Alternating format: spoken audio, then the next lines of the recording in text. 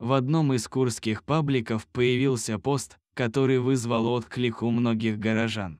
К сожалению, проявления эмпатии ограничились лишь сочувственными и возмущенными комментариями, но не побудили горожан на действия. Пост был посвящен Герде, возрастной собаке, о которой совсем не заботились ее хозяева.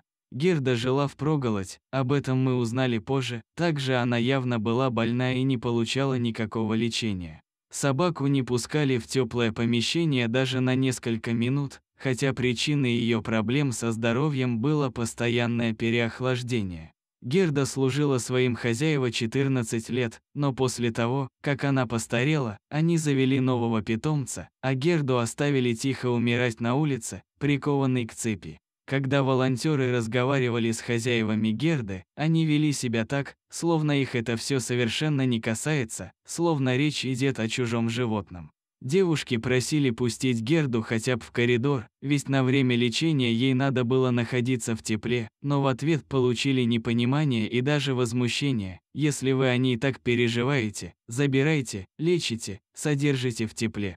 Нам она уже не нужна, она бесполезна, тем более, если ее надо в доме держать. Волонтеры оказались бессильны, ведь хозяева не собирались заниматься собакой, а у девушек просто не было денег на лечение, так же как мест на передержке или кураторов, которые были бы согласны помочь. Девушки позвонили мне, я не смогла отказать Герде, которая за многие годы своего преданного служения получила в ответ пренебрежение. К сожалению, у нас также огромные проблемы с теплой передержкой, и я не видела возможных путей решения проблемы.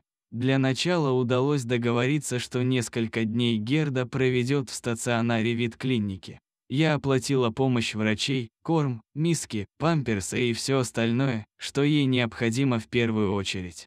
Герда оказалась очень добрая собака, которая любое внимание принимает с благодарностью.